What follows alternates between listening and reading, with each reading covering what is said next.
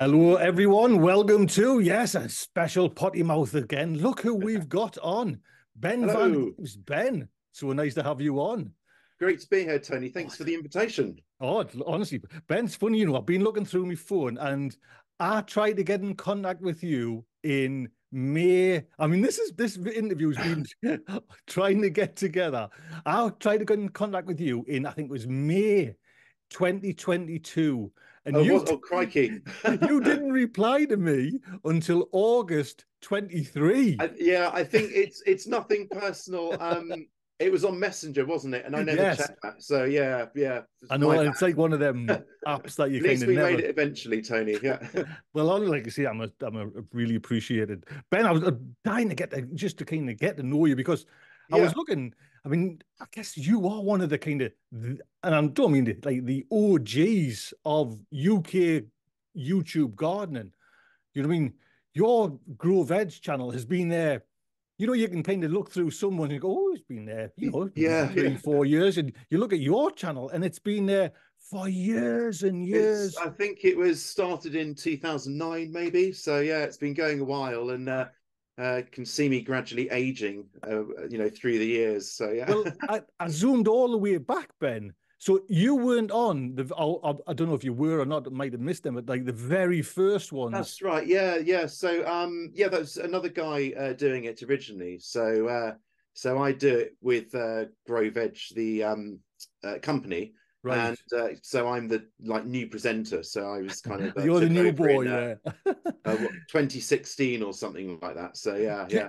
do you ever, because it's so like cringeworthy for me to look back at me Oh, old. tell me about it. Oh, Yeah. because I watched your first one there, and it's just Yeah, like, I mean, it's it was very all, wooden, and yeah, that's right. The first videos, I never watched them, but yeah, they're just very wooden and very kind of stilted. And I think it's just something you learn, isn't it? As with odd. experience and as your nerves relax and everything, Uh-huh. it kind of gets And easier, doesn't I it? guess as well, it feels like for me, anyways, I'm just like talking to friends. Do you know what I That's mean? When right. you Yeah, you're, that's it. you're talking to the That's it. same people, so it's Yeah, yeah. I tell you what made the big difference is having a videographer filming me, so you're right. actually talking to someone rather than just. I used to film all the videos myself on the tripod and all the rest of it. So Well, yeah, it's funny that because I mean, at first I would probably be a little bit shy and nervous because I don't do that. I'm so used to just holding a camera yeah. and talking. You know what I mean? So that's a nice one. That was that strange at first, or was Um, it handy? Just it was just handy because I could just concentrate on presenting and not thinking about the shots, the different angles, and setting the camera up and all the rest of it. So it made my job a lot easier. So yeah, right. Oh, so yeah, enjoyed it straight from the start. Really, having someone else there, it made it a bit more kind of interactive. and does the editing side, I'm just going off on a little tangent here, Yeah, then, it's all but right. Go does go ahead. the editing side, someone's taking the videos, Yeah, is someone else doing the editing for you as well, or yeah. So I used to edit the videos as well. Now someone else does that. So I just have to script write, comment on the videos as they're edited, pull assets together to go in the video timeline and so on. So yeah, it's kind of my job's just a bit more right? concentrated on the writing and presenting now, which is nice. Oh, fab, fab. Yeah. So what first then, going back to garden, what first sparked Mm. your interest in gardening?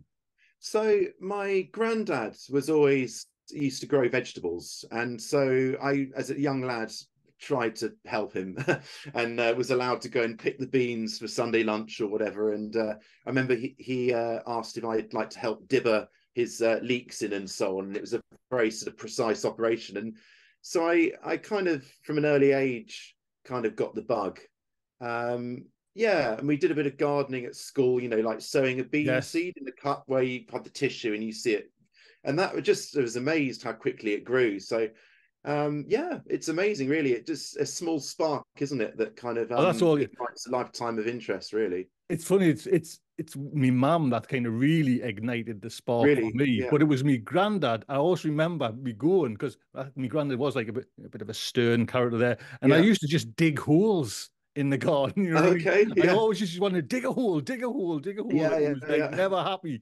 What's he doing digging holes, man? It's all he's just digging holes. So Yeah. But that kind of connection with the earth, even if you're not actually doing anything, it's sort of it's the beginning of something, Oh, isn't it? As a it's young lad, lovely, I to think be I used honest to with dig holes as well, like great big holes, and I don't know why, really, just something to do. you. Dig a hole. So Yeah, yeah. if someone's new's coming, Ben, for you know, what would just watching this, what would you say is like three little tips you could give a new Um, gardener? yeah, good question. I'd say don't be in too much of a hurry to kind of do everything at once. So I always like say, start small in one area of the garden or a few raised beds or whatever, with and choose easy vegetables. So things that are bulletproof, like potatoes and maybe courgettes and salad leaves, that kind of thing. And then also, I know it sounds a bit of a cliche, but enjoy it. Hmm. Don't sort of worry too much. Don't fret, because the more I learn about gardening, the more I realize I don't know, if that makes sense. There's Yes. so much to learn, and you realize, crikey. But that's kind of because you're gardening for yourself.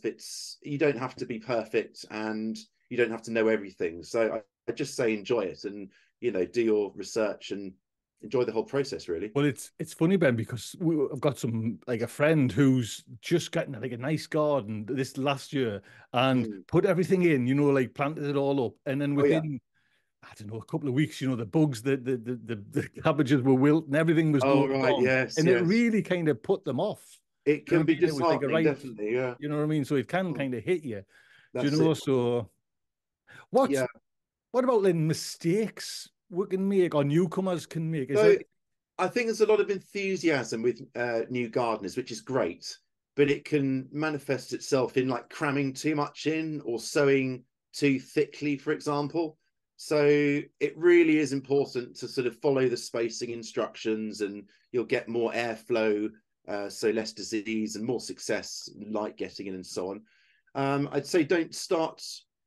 People sort of sometimes start too early and take the seed packets literally. So it says it's sowed from March, and they, go out and sow on the 1st of March, and it's kind of still kind of miserable weather.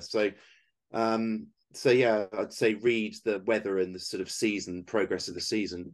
And I'd say the other mistake is probably um, planting and then sort of forgetting about it, not considering that you could sow something later on in the season, so follow on or Mhm. succession crops. So I mean, at the start, you probably just want to concentrate on one or two things and not worry about that. But as you get going, I think it's worth planning ahead and thinking, what can I put in when my potatoes are out that can go in sort of July, for example, that You kind of know, thing. Ben, you've just said I've had the allotment there. It's coming up to probably 27, 30 years. This Oh, wow. allotment. Oh, yeah, it's just I'm getting on. That's what it is. And them, you know, them mistakes, I'm still doing them myself. Do you know what I mean? It Well, comes, you get excited and you get this kind of February, you know, like yeah. everything, and wait, I can do it. You know, I'm the northeast of England. Do you know what I mean? We're kind of Yes. it's like frigid weather outside, you know, and Yeah, I that's still get it's excited quite, yeah. and Yeah, I make the think, mistakes. well, we all do it. I think we're all sort of eternally optimistic. Gardeners are very optimistic people, aren't they? And, you know, yeah, sometimes it's worth taking a risk, isn't it? And knowing that if it fails, you can just sow again in a few weeks' time. Yeah, I think that there you just hit the nail on the head there. It's like what's a few seeds, get them in, and don't be disheartened if the frost just takes them out one night. You That's know what I right. mean? Yeah, exactly. Yeah, We yeah, all Ben, we all hear about this kind of soil management. Do you know what I mean? Like kind of feed yeah. the soil, not the plant. Is that really the best way to go? I would say so. Yeah, because if you build a house, you need good foundations and soil. Yeah, everything starts with the soil, doesn't it? And you've got to sort of feed the soil and the microbial life and the worms and so on in the soil. And a healthy, well-structured soil makes growing healthy plants a lot easier. So yeah, I'd say that's the first thing to kind of prioritize if you're starting a new garden, is kind of getting on organic matter and just kind of treating your soil with reverence and respect. That's Yeah. that's wow. That's a lovely respect. Do you know what I mean? Because again, you know, sometimes I'm a little bit lax, and you think, you know what I mean? It's you need to kind of bump your ideas up, Tony. There. Well, yeah. I mean, yeah, it's kind of I think we're kind of more of us are kind of understanding the importance of sort of organic growing and not sort of nuking the soil with lots of sort of artificial inputs and so on. And it's a bit of again another cliche, but we really are just the custodians of the earth. We're not we don't own our little patch. We're just looking after it for the next generation. So I always just think, if you can treat the soil as naturally as possible, that's the best course of action, really. That's man, you're coming out with some, you're putting the hairs sorry, on the a bit back of my profound neck. this morning. Yeah. That's yeah. Do you just out of how do you turn your compost piles, Ben? Are you like one of these, or Do you know what? I don't, don't. I've got a reasonable sized garden, so I just I mean, in some videos I say it's best to turn it to sort of speed it up. But I just don't really bother. I just leave it for, as long as it takes and start another pile elsewhere. So, but yeah, I mean, obviously turning your compost heap is a good idea to get life and air into it and so on. So I probably should do that, really. Oh, I don't, hey, listen, but the end product's fine. So, if I can get someone else to do it, like the son or some friends, you know what I mean? Yeah, great. Yeah, that's right. Help yourself. I'm always conscious there's sort of things living in compost heaps as well. Sort of, you might get slow worms and even sort of things like toads in there and so on. So I'm always a little bit reticent for that reason. Well, that's I guess the same with starting too early. Like clearing out your garden, clearing up your kind of the leaves, right. and I'm not going to say like the mess, but there could be animals still in there. That's right. Yeah. I think it's always best to cut back perennials and so on right at the end of winter, when it's kind of maybe mid-March or something, when the new growth is pushing through. So you've got that sort of cover for things that are overwintering. So I think it's really important. You read the old gardening books and it says, at the end of the summer, cut everything back and all that kind of stuff. It's not advisable.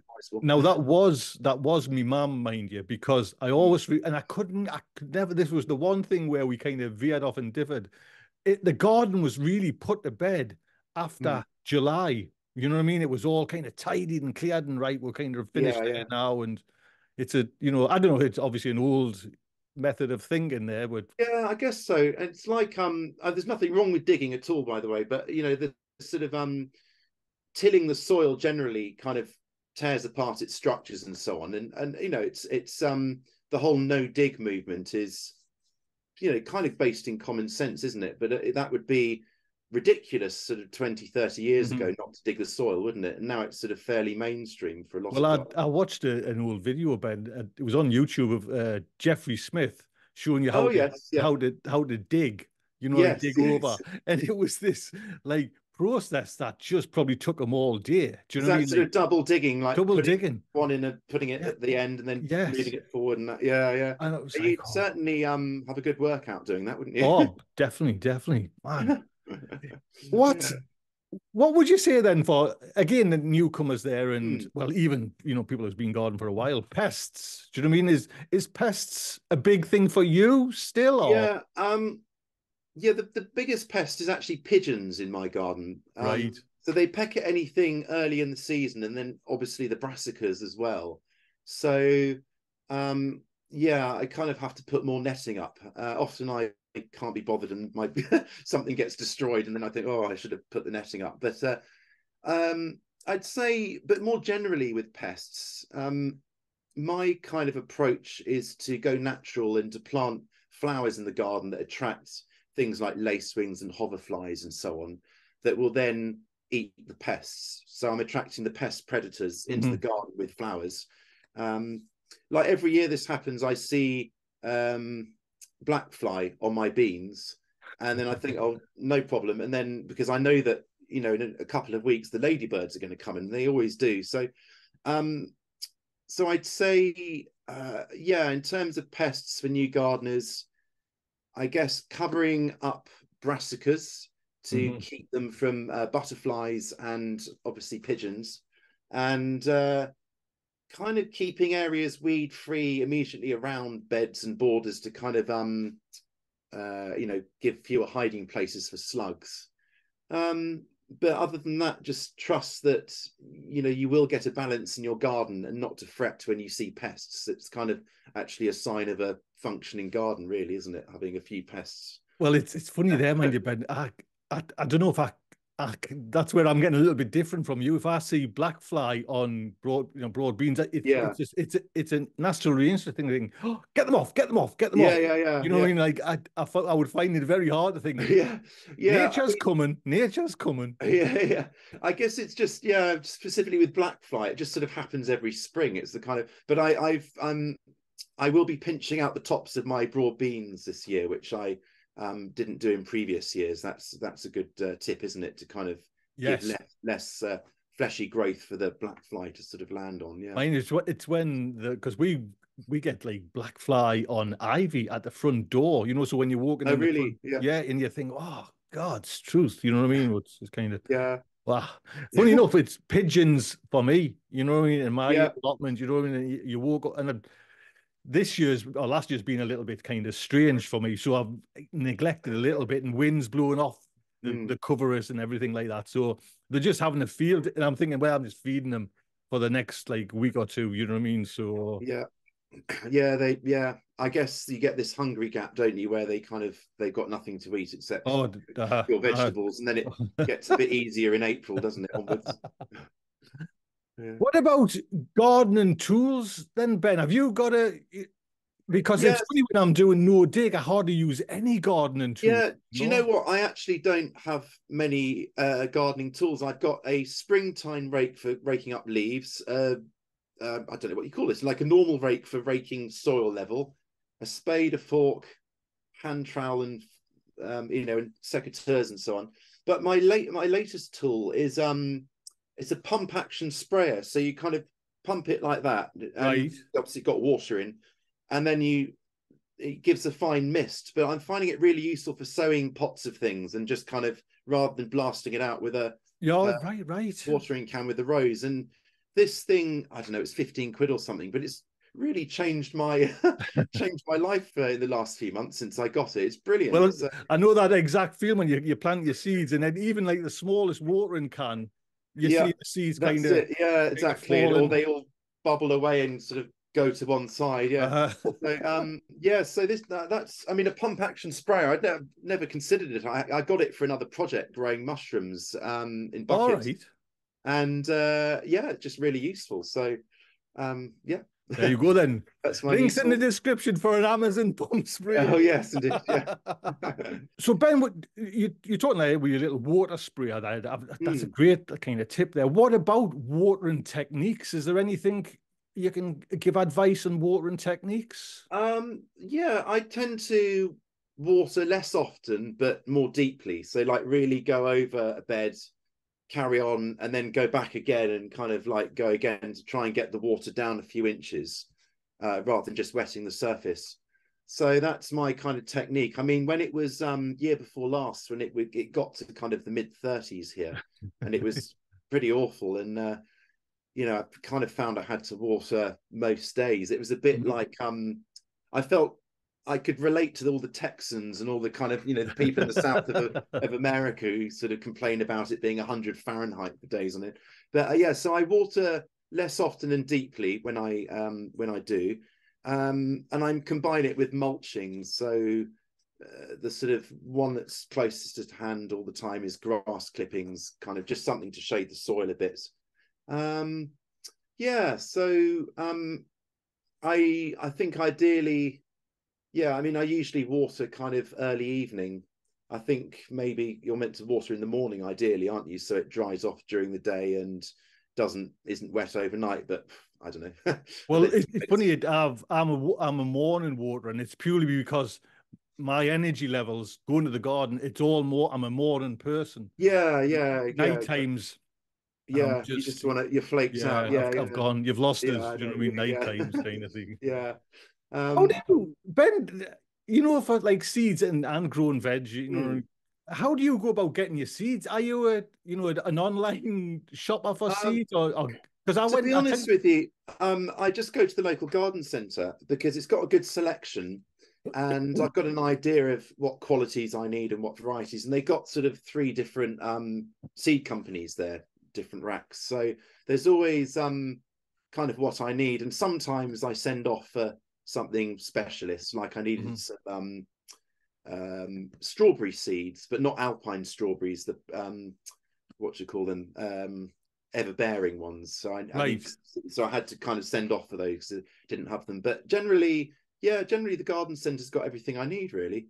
It's funny because I went to the garden centre just a few days ago, and Mm, I got a little bit frustrated. I'll be honest, because there was uh-huh. that many seeds, that many Yes. you in different companies, Yeah, yeah. and I'm trying to where's the carrot? Or the Yeah, type yeah, of, you got it. you know what I mean? Where you Yeah, go online and you can just nail it and it gets that's delivered. true. Yeah, that's true. Yeah, yeah. I But like it's always nice going to a garden centre. Do you know what I mean? It's yeah, yeah. therapy, anyways, isn't It's it? quite So yeah, I quite like it. And also, yeah, you can kind of compare the different, like you've got the same varieties and the same seed fill in the packet, and different companies, the price points are different as well. So and I know that one seed company often supplies other seed companies. So it's yeah. kind of like, it really is the same seeds. Same seeds are just different. Yeah, just the Just out of curiosity, when you go in, do they know you when you go into your garden centre, or do you just kind of? it's quite a small garden centre.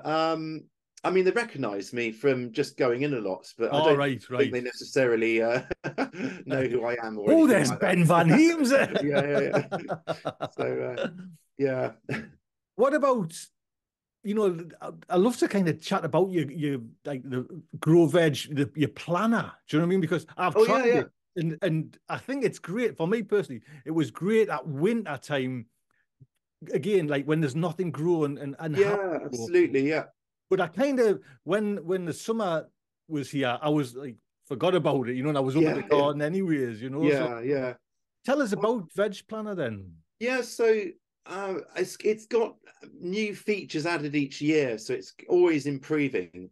So the kind of key reason you might like it is because you can you put in your postcode where you are, your zip code, and it uses data from your local weather station. So when you add plants to your plan, it creates a plant list automatically, and it adjusts all the dates, your sowing, planting, and harvest dates automatically. So it kind of gives you a snapshot of when to do things. And then you can view your plan in different months and see when gaps appear. And then you can kind of like say, oh, there's a gap there in July because something's been harvested. I'll plant this there. But the really good thing is it's got like a companion planting feature. So you can click on something, click companion planting button, and it shows you what plants Right. veg go really well with it. So like, for example, strawberries and garlic are good companions, and um, it remembers from year to year what was grown. So it's good for crop rotation. So it sort of flashes red if you try and put the same crop Oh, family in the same piece of ground. right. And the strength of the red flashing decreases over about 5 years, so that it allows for a longer rotation. But it's just generally it's a bit it's just quite fun really to do, because it's got it's like designing your own little, I don't know, it's like Sim Well, City, I tell you what, I noticed, mind you, Ben, and this is going back to the common mistakes. I was planting and still do, you know what I mean? Plant too many together. Do you know what I mean? Yes. When you use your planner or grow veg planner, it's a totally different. Oh wow, just that Yeah, many. that's right. Yeah, it tells you. So when you draw out a row of carrots, for example, or make it into a block, it'll calculate exactly how many plants you'll need and Hmm. that kind of, or seeds or Uh-huh. whatever. So it's just it's a really useful tool for kind of I don't know, just organizing your gardening life really. Yeah. Did you have any input then, Ben, with the kind of the build of that planner or the No, I design of didn't it? know. Or So it's a little company and I'm just one of the employees, and so no, I mean we kind of input into it now just sort of anecdotally and say this feature would be good, or often people will comment saying, oh, I wish it did this, or so on. So there's a lot of feedback, but we've got some super clever guys who know how to program and all that kind of how stuff. So how big is it in personnel in this? Because I always just think of like grow veg as you yeah, well, and grow veg is just obviously we've got YouTube channel, and then we got this sort of garden planner which is quite big, and that's got quite a big customer base in the US. So yeah, I guess there's about, oh, must be about 12 or 15 of us in total, really right. but mostly on the sort of garden planner side. Uh-huh. um, yeah. So just out of logistics, does the YouTube help the garden planner like Yeah, immensely, or is it just a different, like yeah. a different So business? originally, the YouTube channel was set up to kind of softly market the garden planner and just show it occasionally, and then it just became a good channel in its own right. Yeah. And so we do mention the garden planner occasionally, but we don't, we don't want to make it like a kind of blatant plug all the time and kind of make people weary of it. So we're just conscious of that. But also, I think having the YouTube channel gives the whole company a bit of sort of gravitas and authority. So people trust us. There's a lot of trust in with the garden planner because it's a sort of little ecosystem, really. So Yeah. you mentioned there though, Ben, it's like quite a lot of like Americans use it, or the Yeah, US. Is that, so that whole structure of like climate and everything like that's built in for all around the world for different that's people. yeah. Most of the world, so all of Europe, Australasia, South Africa, North America, and so on. Right. Yeah. Wow. So you just put in your zip code or postcode or whatever, and it finds your nearest weather station and gets your kind of weather data, and that's how it works out when to plant stuff, which is pretty useful, to be honest. Right. Yeah. It's funny, Ben. Did you ever think you'd be you'd earn a living from YouTube? No, no, I was in like gardening magazines before, and yeah, I never considered it really. So yeah, no, I quite like it though. I'm sure you do as well. Oh, It's really rewarding to get comments back saying this was really useful and thanks so much for sharing your knowledge and so on. And I think it's quite an important role we've got because I think it's going to get more important over the next decade or two. I really do. I think it's just for many reasons, really. And having that offering this free resource to people is mhm. really invaluable, I think. Well, it's for me. It's like you say. It's almost like talking to my friends. Do you know what I mean? It's just Yeah, quite a exactly. Yeah, that's and how and, I. and you find that in the comments, like most people are really lovely. Like gardeners aren't nasty people; they're really friendly. As you say, like talking to friends, but gardeners kind of get it. They're very patient and considerate people. So yeah, it's Well, a good it's subject actually area we're in. it's nice that you're saying that because you kind of look at some of your like download figures are just like out of this world. Do you know what I mean? So it's nice that you still got that kind of touch with you know what I Oh mean? yeah, yeah, totally. I mean, it's I guess it's because the channel's been going a long time. It's sort of I feel like YouTube has got a lot more competitive in the last 4 years or so, and many more people are doing it. So it's a lot tougher to kind of start a YouTube channel now than it might have been 8, 10 years ago when Mhm. there was less competition. So it's just kind of right place, right time, I think, for us. Well, when you think as well, oh, I mean, there's so many now like cameras and tech to help you. Do you know what I mean? That's It's right. Yeah, yeah.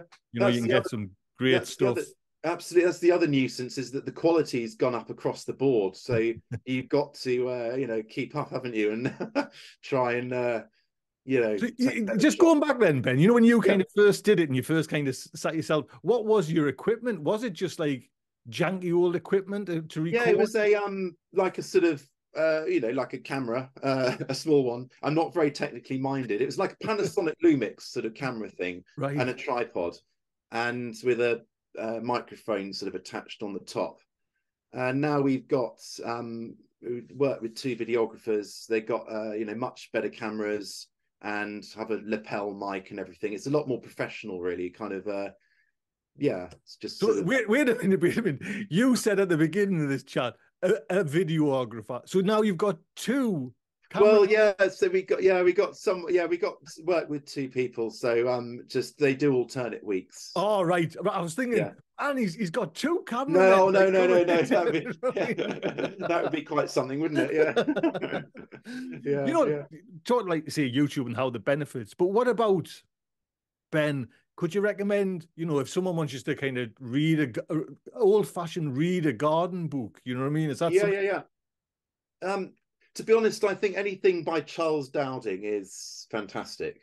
Um, Charles Dowding is it's been a market gardener since the early 80s, possibly earlier, I'm not sure, but he anything he says is completely kind of authentic and based on well, huge amount of knowledge. So his books are fantastic because they're quite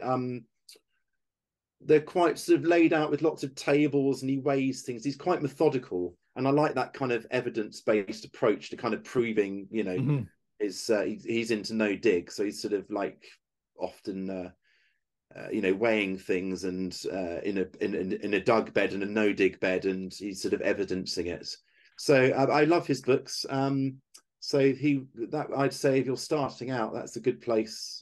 Good if you want a book, Uh-huh. probably buy his organic gardening book. Yeah. No, I totally agree. I've got a number of his books, and even like his videos. There's something about his voice. You know what I mean? Yeah, It's he's like a real it's the gentleman. Yeah, yeah. he's got a real sort of yeah. Anything he says is you've got to trust, and yeah. Well, again, when you see his work, and you see like a no dig bed right next to like a dig bed, Mm. the evidence there is just startling. That's right. Yeah, absolutely. Yeah, yeah, yeah. No, so Ben, you've been doing it for you know what I mean? So have you ever had any kind of, or do you still get like mistakes, challenges, coming, like, oh Oh man, yeah, totally. Yeah, no, absolutely. The mistakes and challenges happen all the time. So I mean, last summer, for example, tomato blight struck really early. We had it in sort of, I think, the second week of July, which is sort of probably the earliest it's been. So I didn't even have any green tomatoes, let alone red ones.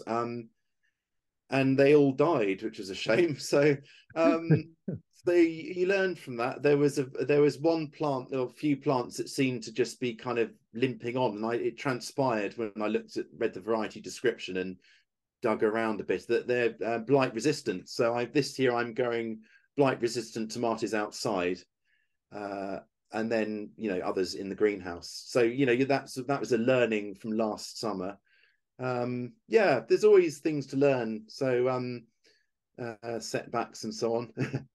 well, it's like, see, blight is, did you, I'm not saying cash in on that video, but because I would have personally, if blight had happened, I would have been, oh my, like the thumbnail would have been, my God, Yeah, terrible. yeah, You know yeah, what I mean? Did yeah. you kind of highlight that?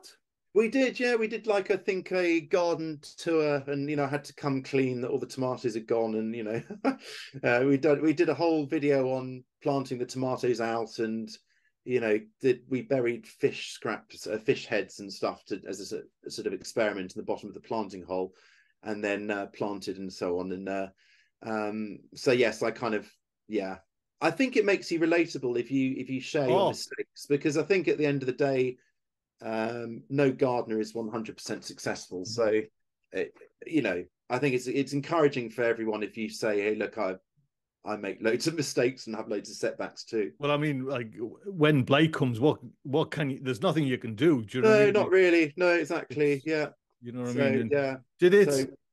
Did it? I'm not saying upset you, but it must kind of knock you when you think you didn't even get it, a green tomato. yeah, it was a shame. I got loads in the greenhouse actually, so that made up for it. All right, I had right. like a pick and mix of 8 different varieties. I just went, got one plant each of different varieties from the garden centre, and that was really nice actually because I had a nice variety. But it was upsetting seeing them, struck by blight, because we planted them and they got dug up because the fish heads, my dog clearly dug them all up, so I had to replant them, and it was a right faff, and then just sort of like they were coming along, they were looking really healthy, and then like struck back. It's like, oh, never mind. I was gonna, funny enough, I was gonna ask you about the fish heads. Then, is that something you would do again if you could keep um your dog off them or not? Or um I think possibly it's a bit gimmicky. I think just some good compost is probably fine. right? I've watched lots of videos, and I think it does make a difference, but yeah, I don't generally have lots of fish heads knocking around, so I had to go out and source them especially. So I think I just stick to garden compost. It's good enough. I mean, you do on especially YouTube as well. You hear all these kind of gimmicks. Do you know what I mean? I've That's seen right. that. Yeah, you do. You know. Yeah, yeah. How I do think. you? I was going to. Sorry, I was going to just jump in there, but how do you come up with? Yes, we've got our set. Growing season. This is what you do. This is what you do. Mm, But how would you come up with something a little bit different for a video, like a little different angle or something? yeah. I guess for each video we do a lot of research and just sort of read widely and kind of like, you know, get a consensus of what's better. I mean, we plan our videos, you know, obviously way in advance, and kind of have a discussion between us all and say, you know, what excites us.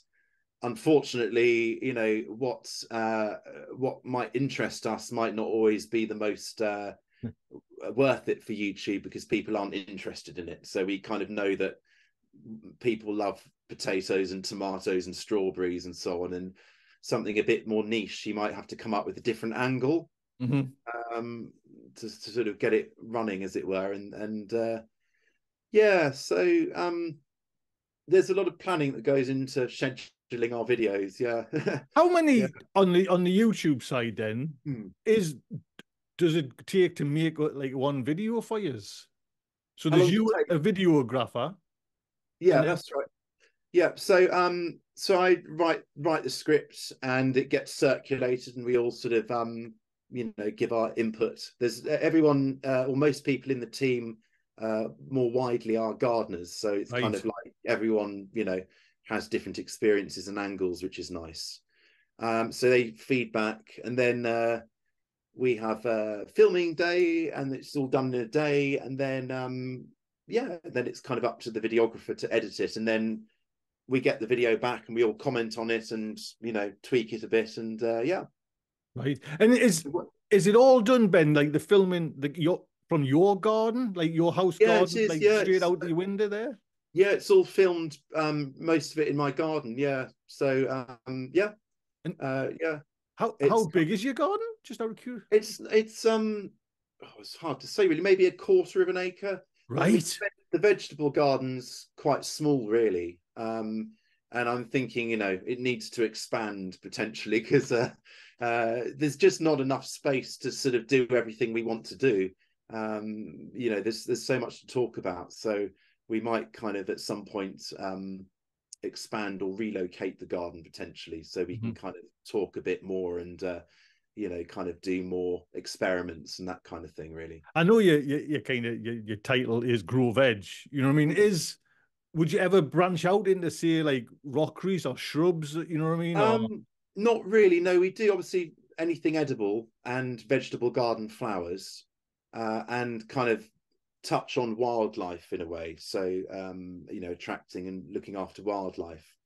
But no, I guess when you've got a kind of niche, if you Mhm. start branching out too much, it could sort of potentially, I don't know, not alienate viewers, but do you know what I mean? It's kind of, we know what we're good at, and we'll just stick to Let that. Titmarsh stick to his That's board or right. something Yeah, like, you know what I mean? exactly. Yeah, yeah. That's it. Apart, you mentioned Charlie Dowden there. Who else is it like an influence for you, Ben? Because like I say, you're one of the kind of ones we all go to for influence. You know what I mean? We all watch your videos. Who do you admire? Well, I mean, when I was young, the guy, the sort of the TV personality that really kind of got me interested was Jeff Hamilton. Mhm. Um, and I know this is a long time ago, but he kind of ignited my interest in kind of wanting to, you know, kind of write about gardening and kind of do that sort of more educational side of it. I really liked him because he was kind of like a very, very kind of down to earth, kind of honest sort of guy, you know. So yeah, that was the kind of the big influence. Um, so yeah, Charles Dowding, and then I mean, the thing is, you watch a lot of as a YouTuber, you watch the competition, don't you, and see what they're doing, and kind of like, you know, kind of get ideas, and kind of, it's been nice over the last year. I've sort of met a few other YouTubers in person doing sort of garden tours, and that's been really lovely because we're sort of competing, aren't we? But we're not really. We're all Yeah. sort of, there's plenty of room for us, and we're all kind of as you say, a friendly community. Well, I So think again, I think it helps. You know what I mean? Just it just spreads the love around all around. It's not, exactly, we yeah, haven't yeah. got like an axe to grind to get bigger, better. It just helps. That's it. Yeah, Lovely, to exactly. be honest. Yeah. What what just trying to think, like your garden's outside, it's there. What's your, Hmm. your, your work balance life? You know, Yeah, well, I've got are you a workaholic, Ben? That's what I'm trying to get. well, I don't. I suppose I often it often feels like that because I do a few other things with my time aside from working with Grow Veg. Work on some wildlife magazines, like local wildlife trust magazines. Right. So I'm kind of busy with that as well. We've got a daughter and a dog, so the dog needs walking.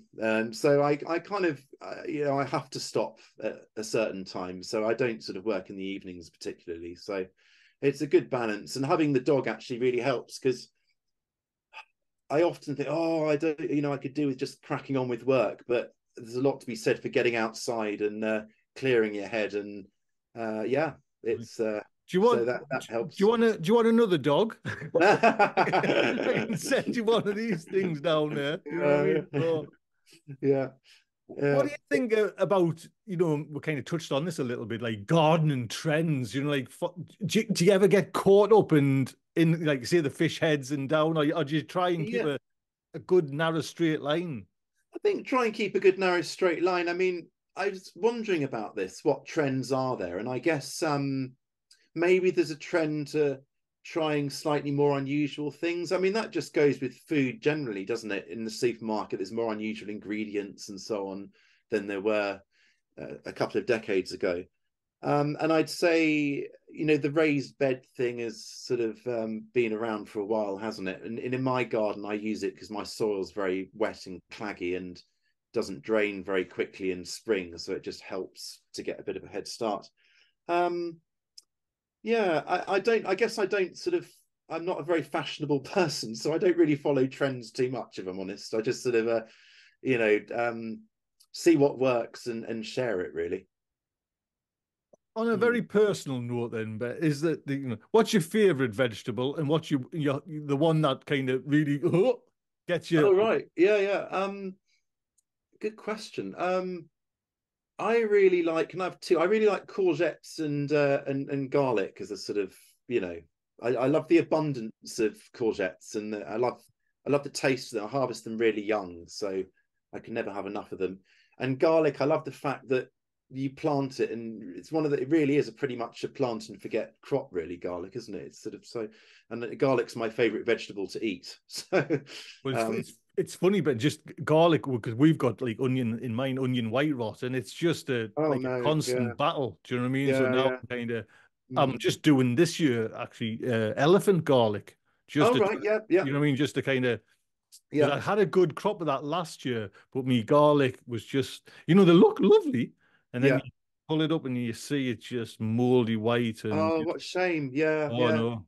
That can be a real pain, can't it? Once you got it, it's sort of Because it as you looks know. so nice. You know what I mean? You Yeah, think, yes, this time, you know what I mean? Nice, yeah, you can yeah, see like a nice shaped bulb, and then yeah, you lift it. And there's oh, sporadic little bits. That's the annoying bit is, yeah, one year could be good. The next year it's a disaster. So yeah, I would love to grow. You see, like you say, some you and they're pulling. There's a one I see in Ireland, and she's pulling garlic bulbs, and they're just like, you know what I really, mean? wow. You just think, wow, man. Yeah, yeah.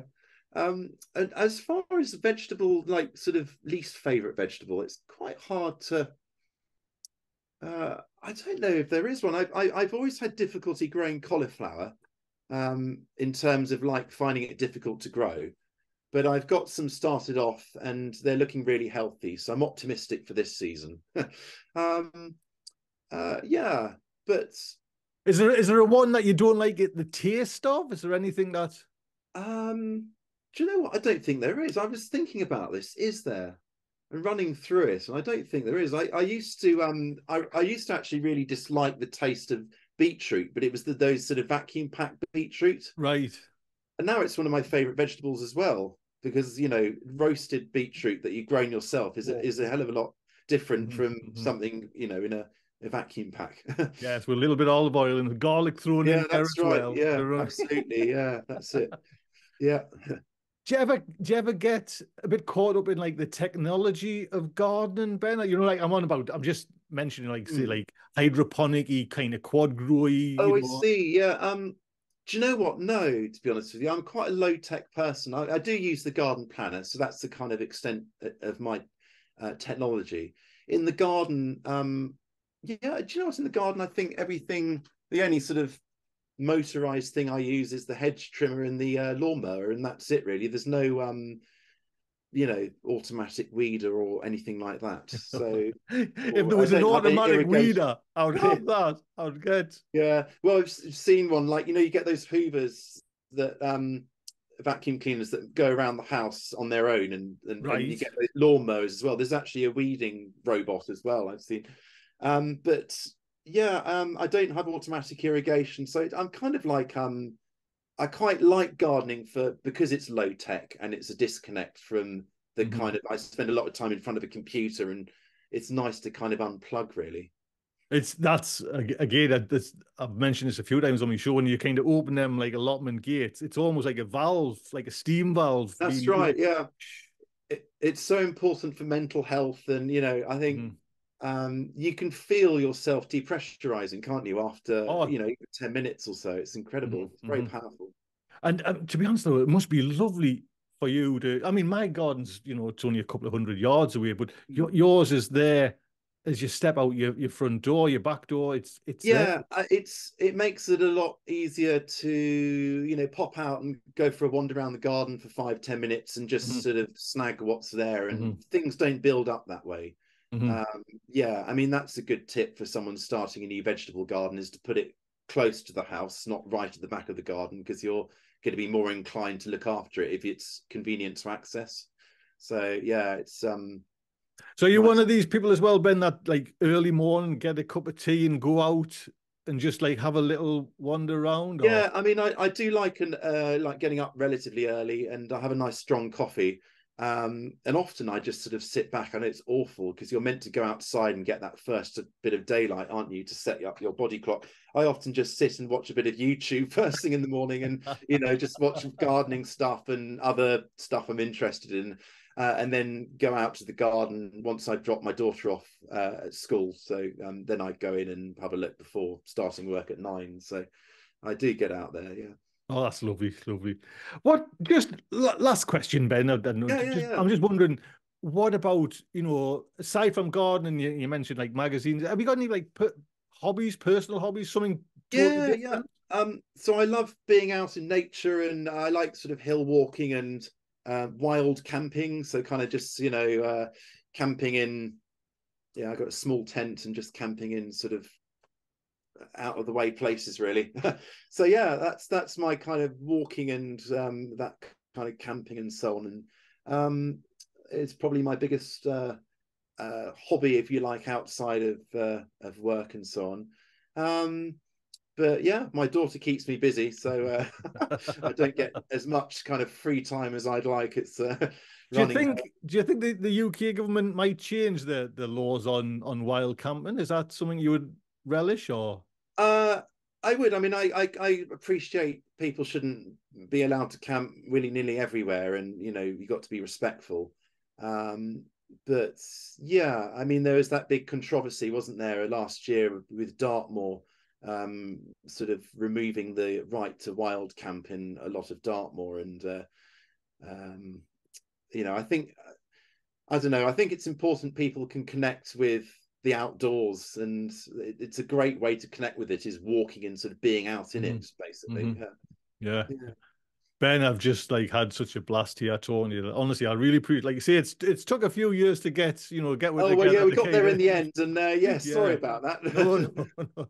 But honestly, what a lovely time I've had. So It's lovely. It's nice having a chat like this, isn't it? It's yeah, great yeah, stuff. Yeah, yeah, certainly do this more often. Ben, yeah. honestly, thank you so much for coming on. Thank you. Lovely to be on here. Thank you. Bye Cheerio. bye. Bye bye.